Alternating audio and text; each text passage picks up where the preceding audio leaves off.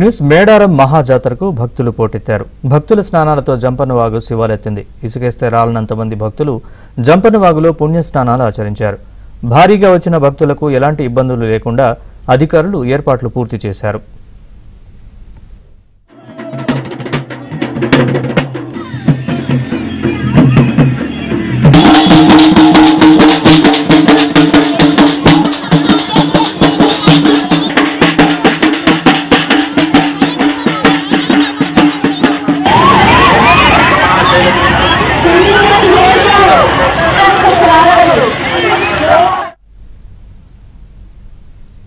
మేడారం మహాజాతరకు సంబంధించిన అప్డేట్స్ మా ప్రతినిధి నవీన్ లైవ్ లో మనకు అందిస్తారు. నవీన్.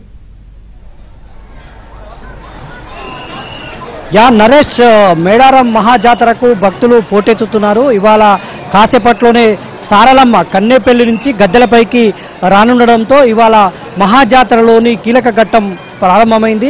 ఉదయం నుంచే భక్తులు మేడారానికి పోటెత్తుతున్నారు. పెద్ద ఎత్తున జంపన్న వాగులో స్నానమాచరించి గద్దెల ప్రాంగణానికి చేరుకుంటున్నారు. మనం చూస్తూ ఉన్నాం భక్తుల రద్దీ ఏ విధంగా ఉంది. ఉదయం నుంచి కూడా భక్తుల రద్దీ కొనసాగుతూ ఉంది. ఇక్కడే మంత్రి సీతక్క, ఎస్పీ, కలెక్టర్ అందరూ కూడా ఉండి భక్తులకు ఎలాంటి అసౌకర్యాలు కలగకుండా ప్రస్తుతం అయితే చూస్తున్నటువంటి దృశ్యాలు మనకు కనిపిస్తూ ఉన్నాయి.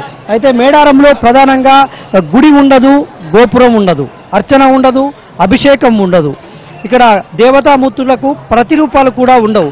అయినప్పటికీ పెద్ద ఎత్తున భక్తులు విశ్వాసమే పెట్టుబడిగా మొత్తం భక్తులంతా కూడా ఇక్కడికి పెద్ద ఎత్తున తరలి వస్తున్నారు. పెద్ద ఉదయం నుంచి కూడా తెలంగాణలోని భక్తుల హడావుడి అయితే కొనసాగుతూ ఉంది. అయితే సమ్మక్క సారలమ్మలకు చారిత్రక నేపథ్యం ఉన్నటువంటి దేవతా కాకతీయ రాజ్యంలో వీళ్ళు సామంత రాజులుగా ఉండేటువంటి వాళ్ళు. అయితే ఇక్కడ సామంత రాజులుగా ఇక్కడ ఉన్నటువంటి మేడరాజు, గోవిందరాజులు ఇద్దరు కూడా కాకతీయ రాజులకు సామంత రాజులు. అయితే ఆ సమయంలో కరువు రావడంతో ఈ ప్రాంతంలో కప్పం కట్టలేమని కాకతీయ రాజులకు ఎదురు తిరిగినటువంటి చరిత్ర సమ్మక్క సారలమ్మలది. అయితే ఆ నేపథ్యంలోనే సమ్మక్క సారలమ్మలు కాకతీయ రాజులకు ఎదురు తిరగడంతో కాకతీయ రాజులు సైన్యంతో వీళ్ళపై యుద్ధం ప్రకటించారు. ఆదివాసీ దేవతామూర్తులైనటువంటి వీళ్ళపైన యుద్ధం ప్రకటించడంతో వీళ్ళంతా కూడా కాకతీయ సైన్యాన్ని తుదముట్టించేందుకు వాళ్ళపైన ఎదురు దాడి చేశారు. ఈ దాడిలో సమ్మక్క కూతురు సారలమ్మ, తర్వాత గోవిందరాజులు, ఆమె భర్త గోవిందరాజులు చనిపోతారు. తర్వాత వాళ్ళ కుమారుడు జంపన్న ఏదైతే సంపెంగ వాగులో అయితే జంపన్న అక్కడ చనిపోతాడు. అంటే ఆయన దూకి చనిపోతాడు, ఆత్మహత్య చేసుకుంటాడు. అప్పటి నుంచి ఆ సంపెంగ వాగు, జంపన్న వాగు అనేటువంటి పేరు వచ్చింది. ఆ వాగులో స్నానమాచరించినటువంటి భక్తులంతా కూడా ఇక్కడికి వస్తూ ఉంటారు. ఎక్కడి నుంచి వచ్చారండి? మేము భద్రాద్రి కొత్తగూడెం జిల్లా. కొత్తగూడెం. అంటే ఎట్లా ఉందండి మీకు సమ్మక్క సారలమ్మల హిస్టరీ ఏం తెలుస్తుందండి? స్టోరీ తెలియదు, కొద్దిగా అనుభవంగా అందరు వస్తున్నారు. వచ్చాను కొత్తగూడెం నుంచి అండి. అక్కకి మొక్కు ఇవ్వాలని వచ్చిందండి. మొక్కు చెల్లిద్దాం, ఆ తల్లిదే మాకు అన్ని మంచి జరిగింది. పెద్ద ఎత్తున జాతర విశిష్టత గురించి తెలుసుకొని భక్తులు పెద్ద ఎత్తున వస్తూ ఉన్నారు. సమ్మక్క సారలమ్మలను దర్శించుకుంటా ఉన్నారు. చెప్పండి అమ్మా, ఈ జాతర గురించి మీకు ఇప్పుడు చెప్పే అంత లేదండి. పెద్ద ఎత్తున భక్తులు అయితే తరలి వస్తున్నటువంటి దృశ్యాలు మనకు కనిపిస్తూ ఉన్నాయి. అడుగడుగున అంటే గంటకు భక్తుల రద్దీ పెరుగుతూ ఉంది. ఈ భక్తుల రద్దీకి తగినటువంటి విధంగా అధికారులు ఏర్పాట్లు అయితే చేసినటువంటి దృశ్యాలు మనకు అడుగడుగున కనిపిస్తూ ఉన్నాయి. అయితే ఇక్కడ మనం చూపిస్తున్నది ఇప్పుడు సమ్మక్క గద్దె, ఈ పక్కనే ఉన్నటువంటి సారలమ్మ గద్దె. ఈ రెండు గద్దెలు కూడా ఇక్కడ పక్కనే ఉంటాయి. అయితే ముందుగా ఈ జాతర తొలిఘట్టం సారలమ్మతోటి ప్రారంభమవుతుంది. సారలమ్మకు అక్కడికి సారలమ్మ కన్నెపల్లి నుంచి కాసేపట్లోనే కన్నెపల్లి నుంచి ఇక్కడికి రాబోతుంది సారలమ్మ. అయితే సారలమ్మ రాక కోసం అయితే ఇప్పటికే అధికార యంత్రాంగం అన్ని ఏర్పాట్లు చేసినటువంటి పరిస్థితి ఉంది. కొంతమంది భక్తులు ఉన్నారు, వారితో మాట్లాడించేటువంటి ప్రయత్నం చేద్దాం. చెప్పండి, ఈ జాతర చాలా బాగున్నాయి ఏర్పాట్లన్నీ. మేము ఇది చాలా రోజుల నుండి వస్తున్నాము, ఎప్పుడు జాతర అయినా కానీ. ఇప్పుడు చాలా బాగున్నాయి ఏర్పాట్లు. ఎక్కడి నుంచి వచ్చారమ్మా? మేము జనగాం నుండి వచ్చాం. ప్రతిసారి వస్తారా జాతర? వస్తామండి అంతే. ప్రతిసారి వస్తామండి. మాది జనగాం జిల్లా కుందారము. ప్రతిసారి జాతర అప్పుడే వస్తాము. అప్పుడు అంత బాగా అనిపించదు. ఇక్కడ ఏర్పాట్లు కూడా చాలా బాగున్నాయి. అప్పటికిప్పటికి రోడ్లు కూడా బాగా వేసిరు. చాలా బాగా జంపన్న వాగులో స్నానాలు గిట్లా చేశారమ్మా? అండి. ఏమేమి మొక్కుకున్నారమ్మా ఈ తల్లికి ఈసారి? మాకు అన్ని ఫస్ట్ నుండి ఇదే నమ్మకం అండి. మా అత్త వాళ్ళ నుండి వస్తున్నారు, అట్లనే మేము కూడా కొనసాగిస్తూనే ఉన్నాము. మేమేం కోరుకున్నా తప్పకుండా జరుగుతాయి. ఇది భక్తుల అభిప్రాయం. చాలా మంది భక్తులు తమ మొక్కులతో చాలా మంది భక్తులు ఈ వడిమాల బియ్యం కట్టుకొని వస్తారు. వడిమాల బియ్యం అనేటువంటిది సమ్మక్క సారలమ్మలకు వాళ్ళకి అర్పించేందుకు వడిమాల బియ్యం తెస్తూ ఉంటారు. అది ఒక ఆదివాసీ సంప్రదాయంలో ఒక భాగంగా వస్తూ ఉంది.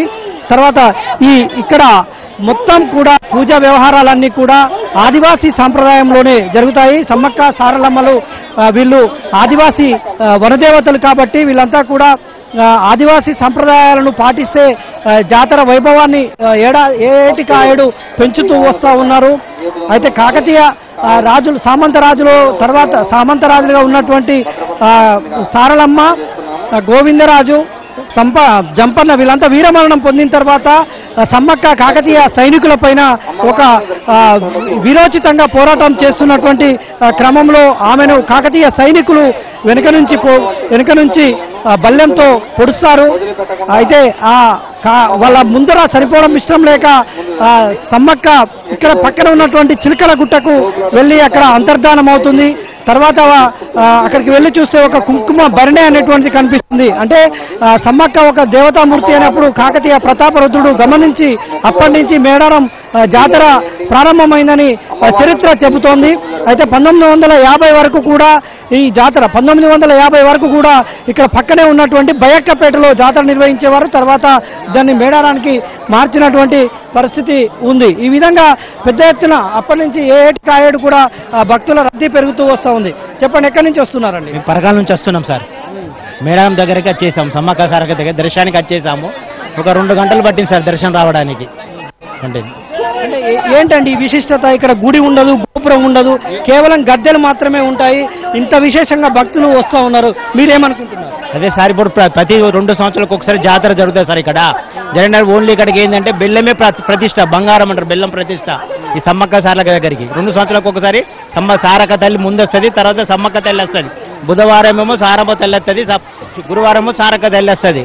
వచ్చే దర్శనానికి కింద గద్దెలు ఏముండయి. విశిష్టత ఏంటంటే దేవుని మహిమే. ఇక్కడ ఏది వచ్చినా ఇప్పటి వరకు పాము, పుట్ట, చీమ ఏది అనేది ఇప్పటి వరకు ఎవరికి ఎరగలేదు. ఇంత పెద్ద మన బంగారంలో మా ఇంటి దగ్గర ఏది ఉంటే ఈ పాటికి ఎన్నో చీమలు వస్తాయి. ఇక్కడ ఎలాంటి ఒక చీమ కానీ దోమ కానీ ఇలాంటిది అనేది హాని అనేది లేదు. ఈ తల్లిది ఒక ప్రతిష్ట అన్నట్టు. అది భక్తులు వడివాల బియ్యం అట్లాంటివి సమర్పిస్తారు. ఎందుకు ఇక్కడ ఆచారం ఎందుకు అంటే సార్, ఇక్కడ ఏంటంటే తల్లికి ప్రతిష్ట ఏంటంటే ఓడి బియ్యము, బెల్లము, కుంకుమ, పసుపు. తల్లికి ఏమైందంటే చాలా విశిష్టత అన్నట్టు. తల్లికి బెల్లం అంటే బంగారం, కుంకుమ, పసుపు, ఓడి బియ్యము విశేషంగా పూస్తారు అన్నట్టు. ఆమెకు మొక్కు కొరకు చేస్తారు తప్పకుండా మొక్కు అనేది. అట్లా ఇది భక్తుల అభిప్రాయం. వడివాల బియ్యం ఎందుకు కొలుస్తారమ్మా? నాకు తెలియదు. ఇది మరికొంతమంది భక్తులు ఉన్నారు, వారితో మాట్లాడించేటువంటి ప్రయత్నం చేద్దాం. ఎక్కడి నుంచి వచ్చారండి? నల్లవేలి దుగ్గొండి మండలం. ఇక్కడికి ఎప్పుడు వస్తారా? ఎప్పుడు వస్తాం సార్. ఎట్లా ఉన్నాయి ఈసారి జాతరకు ఏర్పాటు? ఎట్లా సీతక్క మంచిగా చేస్తుంది సార్, మంచిగా డెవలప్ ఉన్నది, అన్ని బాగున్నాయి, ఏది లోడ్ లేకుండా చేస్తుంది సార్ అంతా. ఏంటండి ఇక్కడ ఈ జాతరకు గురించి మీకు తెలిసినటువంటి అంశాలు ఏమున్నాయి? ఇక అన్ని బాగానే ఉన్నాయి సార్. ఒకటి అయితే ఇక్కడ పెద్ద ఎత్తున అమ్మవారికి బెల్లాన్ని బంగారంగా మొక్కుతారు. అంటే బంగారం నైవేద్యంగా సమర్పిస్తున్నటువంటి ఆనవాయితీ ఉంది. చెప్పండి సార్, ఎక్కడి నుంచి వస్తున్నారు? మేము వరంగల్ నుంచి వెళ్తున్నాం సార్. ప్రతి సంవత్సరం వస్తాం. అమ్మవారు మాకు సలహా చూస్తుంది. ప్రతి సంవత్సరం ఆ సాటి సమేతంగా వచ్చి దర్శనం చేసుకుంటాం సార్.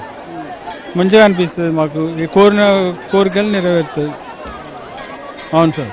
ఏర్పాట్లు ఎట్లా ఉన్నాయి? జంపన్న వాగులో కానీ ఇక్కడ క్యూ లైన్లు బాగున్నాయి సార్, చాలా బాగుండదు. మాట్లాడు. పోయిన సంవత్సరం కానీ సంవత్సరం చాలా బాగున్నది.